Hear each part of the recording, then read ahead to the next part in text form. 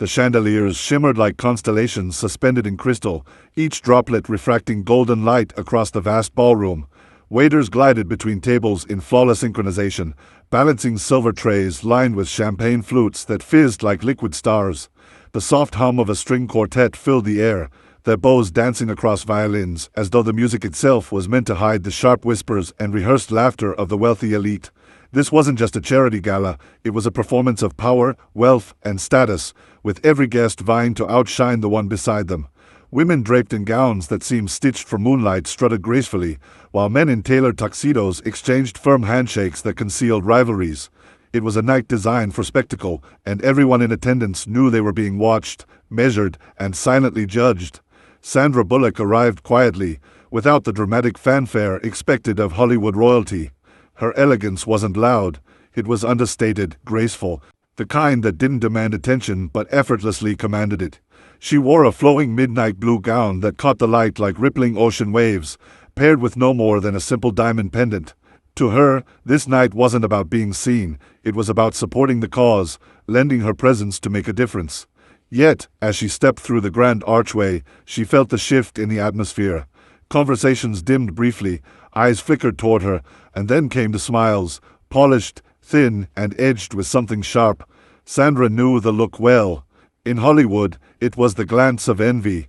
Here, among society's self-anointed queens, it was the glance of judgment.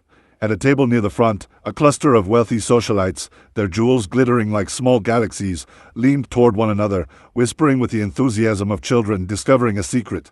Their manicured fingers gestured subtly in Sandra's direction, their lips curving into smirks barely concealed behind the rims of crystal glasses. One of them, her voice a velvet dagger, murmured, "She thinks that dress is couture." Another chuckled softly, replying, "Hollywood money can't buy class, darling." The laughter that followed was hushed but sharp, the kind that cuts deeper for being hidden behind polite facades. Sandra caught fragments of their whispers, and though her face remained a mask of serenity, she felt a familiar weight press against her chest. Sandra walked with quiet dignity to her assigned table, her heels clicking softly against the marble floor.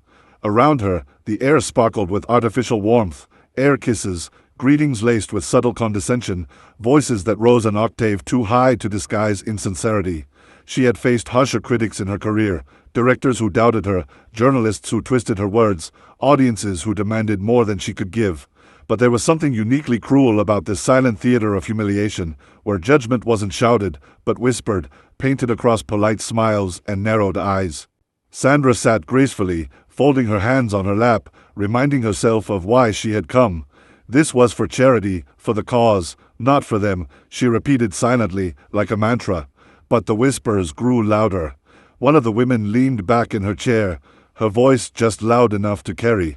"Imagine thinking an actress belongs here among benefactors." Another replied with a grin, "Well, I suppose some people mistake fame for importance." A ripple of laughter followed, delicate but poisonous. Sandra's eyes flickered down to her glass of water, her reflection distorted in the rippling surface. She had endured humiliation before, but somehow, tonight felt different. It wasn't just about her career, or her worth as an actress. It was about her being reduced to nothing more than a guest unworthy of belonging, dismissed not for who she was, but for what she represented. And yet, Sandra didn't flinch. She lifted her chin, her composure unbroken, the embodiment of quiet strength. What the women didn't see, what they couldn't have known, was the presence in the shadows. Across the ballroom, a man sat silently, watching, not as a Hollywood star, not as a savior waiting for his cue, but as someone who recognized pain when he saw it. His dark suit blended into the crowd, but his stillness set him apart, his gaze steady, protective, almost prophetic. His name was Keanu Reeves. He hadn't spoken yet, hadn't moved, but his presence was already shifting the story of the night. The evening's formalities began with practiced grace. A master of ceremonies welcomed the crowd with booming cheer, his polished voice filling the ballroom as servers floated between tables, pouring wine into crystal glasses. Silver cutlery glinted under the chandeliers, the rhythmic clinking of forks and glasses harmonizing with the orchestra's soft undertones. To an outsider, it might have seemed like perfection, a gathering of the city's most refined, united for a noble cause.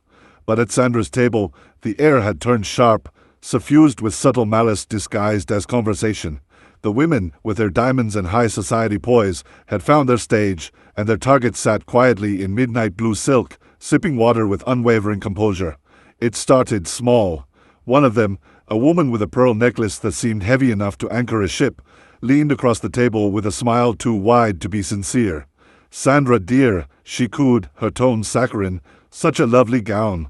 Who designed it?" Her words dripped with false sweetness, but her eyes sparkled with mockery. Sandra offered a polite smile, naming the designer softly, but before she could finish, another voice cut in. "Oh, really? How quaint," the second woman remarked, swirling her wine glass as if it were a scepter. The table erupted in gentle laughter, rehearsed and delicate, but the intention behind it was razor-sharp. Sandra placed her fork down, careful and deliberate, her hands steady though her chest tightened. She had been in films where critics dissected every inch of her, from her expressions to her choice of shoes. But here, it wasn't the scrutiny of the press, it was the calculated cruelty of those who wielded social power like a weapon. The women's voices rose, their barbs cloaked in civility. "Fame is such a funny thing, isn't it? So fleeting," one mused, her jeweled fingers tapping the stem of her glass. "Of course, charity events attract all sorts," another added, her gaze flicking briefly to Sandra before turning away dismissively. Their words weren't loud enough for the entire hall, but just loud enough for Sandra to hear, clear enough to sting, subtle enough to go unchecked. A ripple of discomfort spread among the other guests at the table. A few shifted uncomfortably in their seats, their eyes darting between the women and Sandra. But no one spoke. In this glittering world of power and appearances, silence was safer than confrontation. Sandra felt the weight of that silence pressing against her. Every second stretched, her heartbeat echoing louder than the orchestra in her ears. She wanted to retreat, to shrink into herself, but instead, she drew in a slow breath. She straightened her posture, her shoulders square, her expression serene, even as the sting of humiliation burned beneath her skin. The cruelty escalated. As servers placed delicate plates of appetizers before them, one woman leaned back in her chair, her voice raised just slightly, ensuring nearby tables could catch her words. "I suppose not everyone here truly belongs," she said with feigned innocence, dabbing her lips with a napkin. Another chimed in, "Yes, well, some people mistake celebrity for significance. It's adorable, really." Laughter followed, louder this time, unapologetic. Sandra's cheeks warmed, but she kept her gaze steady on her plate, refusing to let them see the fracture in her armor. Every fiber of her being urged her to walk away, but something deeper held her still. Dignity, the refusal to let cruelty chase her from a cause she believed in. Across the room, Keanu Reeves remained silent. His expression was unreadable, but his eyes never left Sandra. To the others, he was simply another guest, sitting quietly, almost blending into the background. But within him, there was a tension building, a storm waiting for its moment to break. He had seen humiliation before, had felt it in his own life, and he recognized the quiet bravery in the way Sandra endured. For now, he remained a shadow, but the cruelty unfolding before him was writing a story he could no longer ignore. The women laughed, Sandra endured, and Keanu's stillness became a prelude to something inevitable. The laughter rolled through the ballroom like a cruel undertow, polished and elegant on the surface, but sharp enough to cut beneath the skin. Sandra's humiliation had become the evening's unspoken centerpiece, a theater of whispers and ridicule, and most of the room had chosen complicity over confrontation. But not everyone. Across the glittering expanse of linen-covered tables and flickering candlelight sat a man who had watched in silence, his presence subtle yet strangely magnetic. Keanu Reeves was not a stranger to crowds, yet tonight he carried himself like one. Dressed simply in a dark suit that seemed deliberately understated, he could have been mistaken for an ordinary guest, had it not been for the stillness that surrounded him, a quiet gravity that drew the eye. He leaned back in his chair, his posture relaxed, almost casual, but his gaze was sharp and unwavering. While others pretended not to notice the cruelty at Sandra's table, Keanu studied it with a depth that unsettled. His eyes followed every exchange, the smirks hidden behind crystal glasses, the carefully calculated barbs, the way Sandra held her chin high despite the weight pressing against her. He wasn't merely watching, he was absorbing, cataloging every detail with the patience of someone who understood pain far too intimately. Where others saw harmless gossip, Keanu saw something deeper, the mechanics of humiliation, the way power sought to diminish grace, and the quiet courage it took to endure without retaliation. The orchestra played on, drowning the tension beneath its lilting strings. But Keanu's mind was far away from the music. He remembered moments in his own life when silence had been his shield, times when grief, loss, and loneliness had made the world feel impossibly cruel. He remembered the sting of being misunderstood, the emptiness of rooms filled with people who claimed to care but offered nothing real.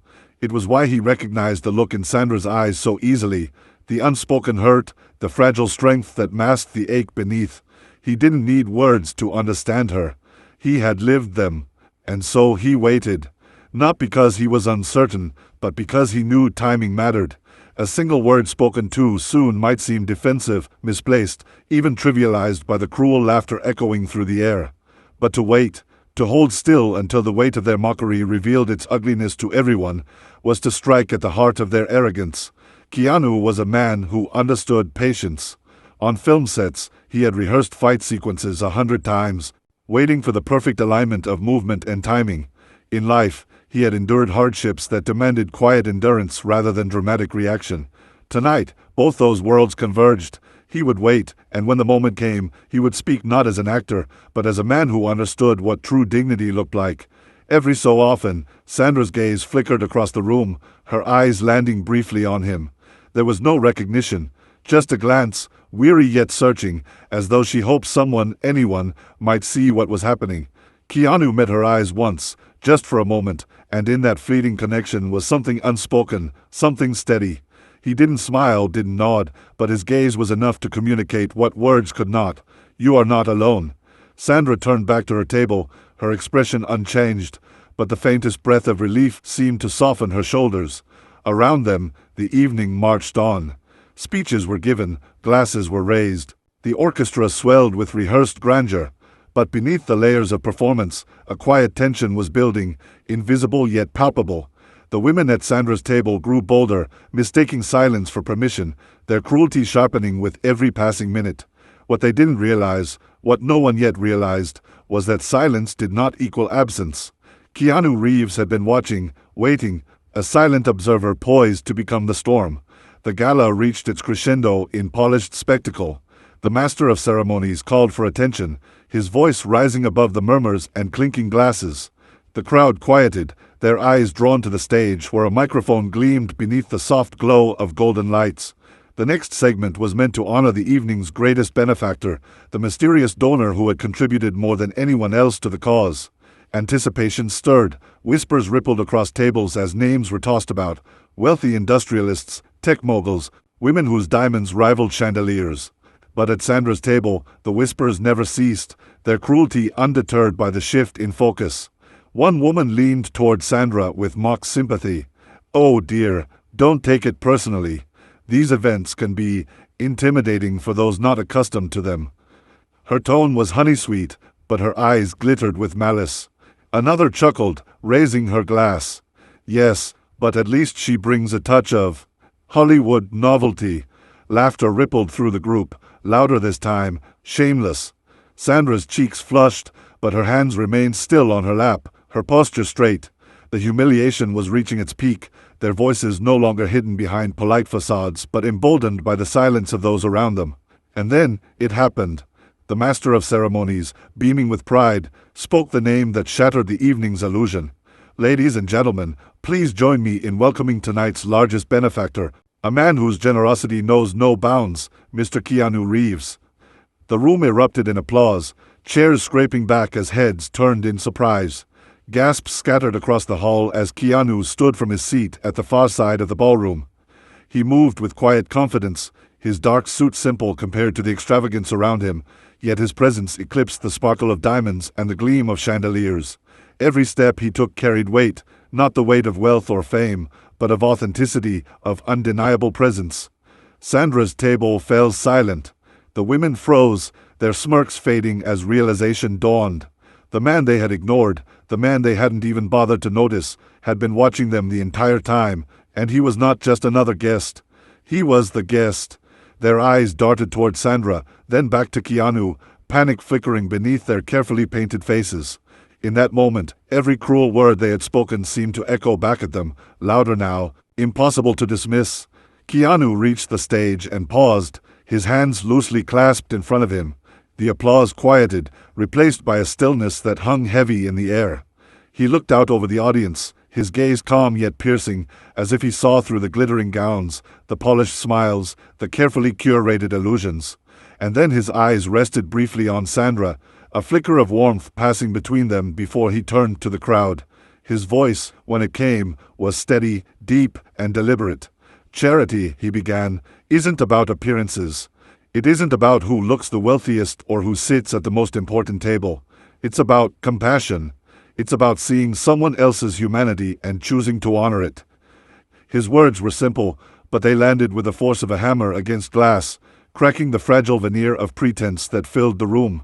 The women at Sandra's table shifted uncomfortably, their eyes downcast, their fingers fidgeting with napkins and wine glasses. Keanu's gaze swept the room once more, lingering just long enough to ensure his meaning wasn't lost. "True class," he continued, "isn't measured by money, but by kindness.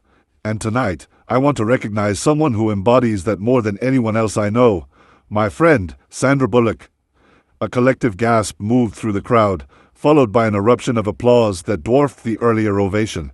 Sandra's eyes widened, tears shimmering as she fought to maintain her composure. The same room that had moments ago felt suffocating with humiliation now echoed with respect, with acknowledgement. At her table, the women sat frozen, their faces pale, their carefully constructed superiority crumbling. They had mocked Sandra in front of the very man whose opinion carried more weight than their wealth could ever buy. And now, with every clap that filled the ballroom, their laughter was being buried beneath a tidal wave of regret. Sandra rose slowly, her dignity intact, as the room turned toward her with admiration. Keanu's words had not just defended her, they had transformed the narrative of the night. The applause thundered through the ballroom, shaking the chandeliers until they sparkled like 1,000 captured suns. Every hand clapped, every face turned toward Sandra Bullock, and for the first time that evening, the attention was not sharpened into mockery but softened into admiration.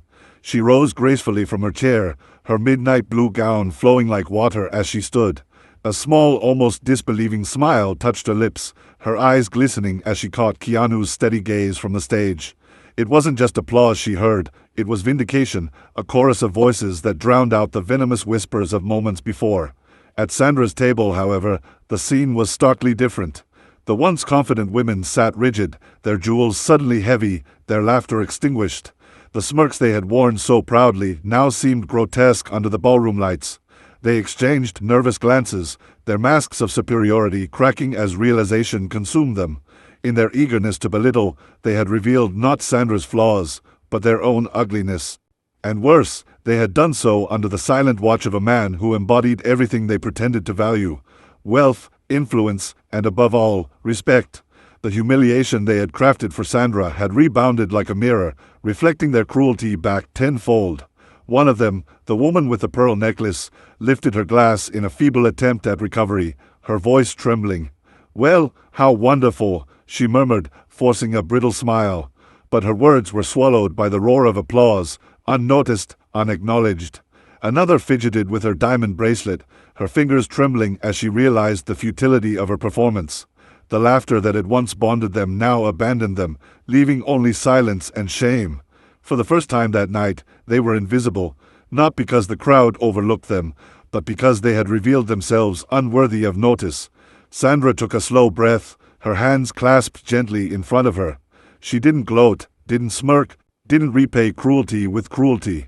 Instead, she bowed her head slightly in gratitude to the crowd, her composure unshaken. The power of her response was in its restraint. She hadn't needed to defend herself, hadn't needed to lower herself to their level. Keanu's words had lifted her higher than any insult could reach, and her quiet dignity had become her shield. In that moment, Sandra wasn't just a celebrated actress. She was a symbol of grace under fire, of resilience in the face of cruelty. Keanu, still standing at the podium, offered her a small nod, a gesture so subtle yet so full of meaning. The bond between them was unspoken, forged not just in years of friendship but in shared understanding. He didn't need to say more. His defense had already rewritten the night, and Sandra, by rising with grace instead of bitterness, had sealed the lesson. Around them, the applause slowly softened into a reverent quiet. the kind of silence reserved not for spectacle, but for respect. The message lingered in the air, clear and undeniable. True class is not draped in diamonds or stitched in silk. It is carved in kindness and revealed in the moments when cruelty tries to disguise itself as power. The gala resumed, but the atmosphere was forever changed. Conversations shifted, laughter softened, and eyes that had once sparkled with judgment now glowed with reflection. The women who had mocked Sandra sat in silence, their laughter gone, their regret etched into every line of their carefully powdered faces. They would carry that shame long after the lights dimmed, long after the orchestra packed away its instruments. For Sandra, the night ended not as a tale of humiliation, but of triumph, an unforgettable reminder that dignity outlasts cruelty, and that sometimes the quietest voices speak with the greatest power. And as she left the ballroom, walking beside Keanu, the echoes of that truth followed them like a hymn, leaving the world just a little less shallow than it had been before.